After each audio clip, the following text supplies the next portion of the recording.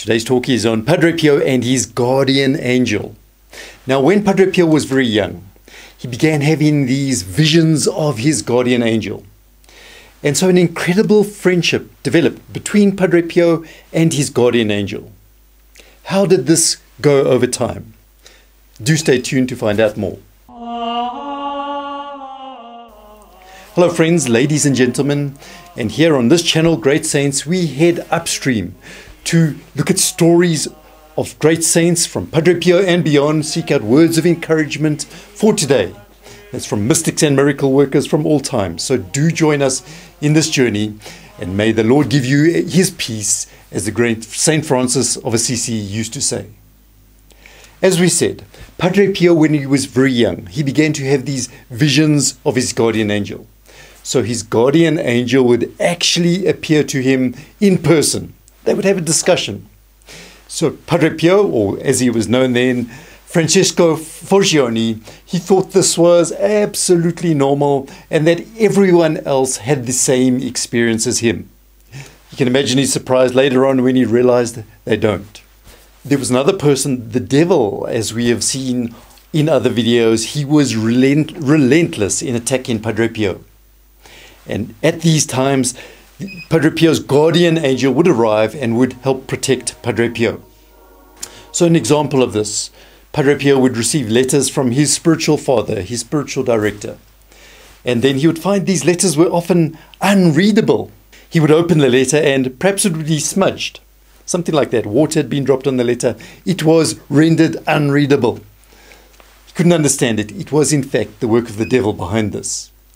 And so he spoke to his guardian angel and said, "What should I do about this?"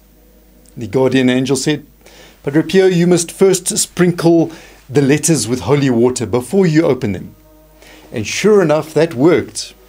But then another time, Padre Pio came across this very difficult lesson he had to learn. The guardian angel seemed to abandon Padre Pio, let him down. One time when he was being attacked by the devil, he called on the guardian angel, "Please come and help me." The angel did not arrive. The angel did not intervene. How can you let me down like that? Padre Pio wanted to know next time they met.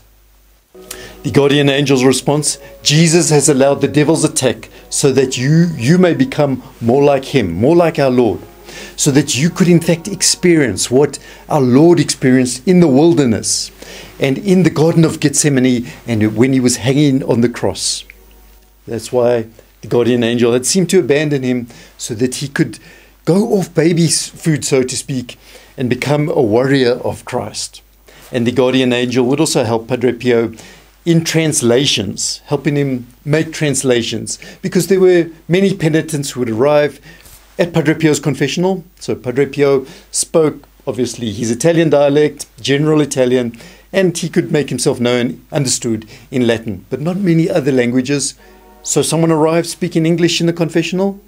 Padre Pio could somehow understand, and apparently it was the guardian angel who was doing the translation, and the penitent would receive counsel from Padre Pio and also understand in reverse. Another interesting thing is that Padre Pio actually had his own courier service. Perhaps it was Angel Express. And here's an example. One day, Father Alessio Parente, he went up to Padre Pio. He had a bunch of letters in his hand, and he wanted Padre Pio's advice on some of these letters. How were they meant to respond to the people writing? But Padre Pio just did not pay any attention to Father Alessio. So Friar Alessio tried again to get Padre Pio's attention, at which Padre Pio turned to him and said, "Can you not see these angels around me? They've come to bring me messages from my spiritual children." So that's a good reason to be a spiritual child of Padre Pio.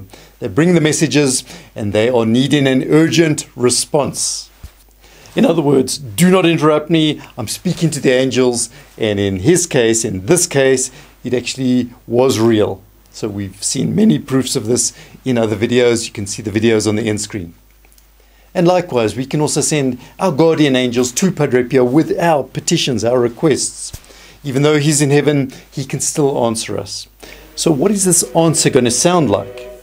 It's probably going to be something very quiet and discreetly. Maybe it'll just something occurs in our thoughts, Because yes, that is how the guardian angels work. Unlike the demons who like to shout and scream, the guardian angels are more like gentlemen, and they certainly have our interests at heart.